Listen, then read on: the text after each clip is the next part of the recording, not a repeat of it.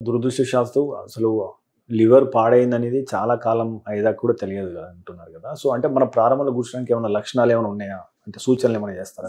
ముఖ్యంగా acute viral hepatitis అంటాం. అంటే లివర్‌కి కొన్ని రకాల వైరల్ ఇన్ఫెక్షన్స్ వల్ల లివర్ ఇన్ఫెక్షనే జాండీస్ కనపడుతుంది. అది అక్యూట్ వైరల్ హెపటైటిస్. మనకు జనరల్‌గా మోస్ట్ కామన్‌గా మనకు కనపడే పస్కర్లు, జాండీస్ ఈజ్ వైరల్ హెపటైటిస్. అది లివర్‌కి అక్యూట్ ఇన్ఫెక్షన్ వల్ల వస్తుంది.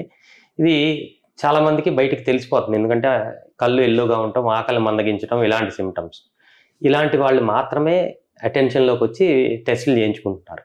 బట్ అయి చాలా తక్కువ పర్సెంటేజ్ ఆఫ్ లివర్ కేసెస్.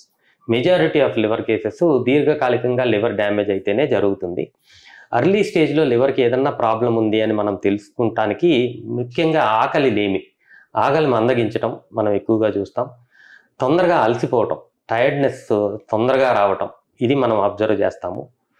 చాలా రేర్‌గా, లేట్‌గా బాగా డ్యామేజ్ అయిపోయిన తర్వాత వచ్చే సింప్టమ్స్ కాళ్ళల్లో వాపు రావటం, కడుపులో నీరు చేరుకుని కడుపు ఉబ్బరంగా అనిపిస్తాం. ఇది లేట్‌గా చూస్తాం.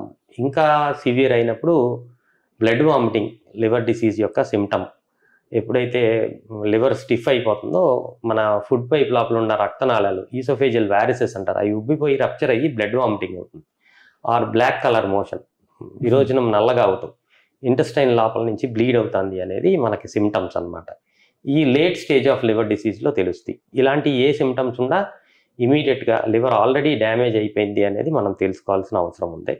ఇంకా డ్యామేజ్ అవ్వకముందు ఎక్కువగా మనం చూసేది ఆకలి లేమి అండ్ తొందరగా అలసిపోవటం, ఎక్సెసివ్ టైర్డ్నెస్. ఈ 2 సింప్టమ్స్ ముఖ్యంగా మనం చూసుకోవాలి. మీరు తీసుకునే అదే మందులు, అదే నాణ్యమైన మందులు మెడ్ ప్లస్ బ్రాండ్స్ పై సగం ధరకే.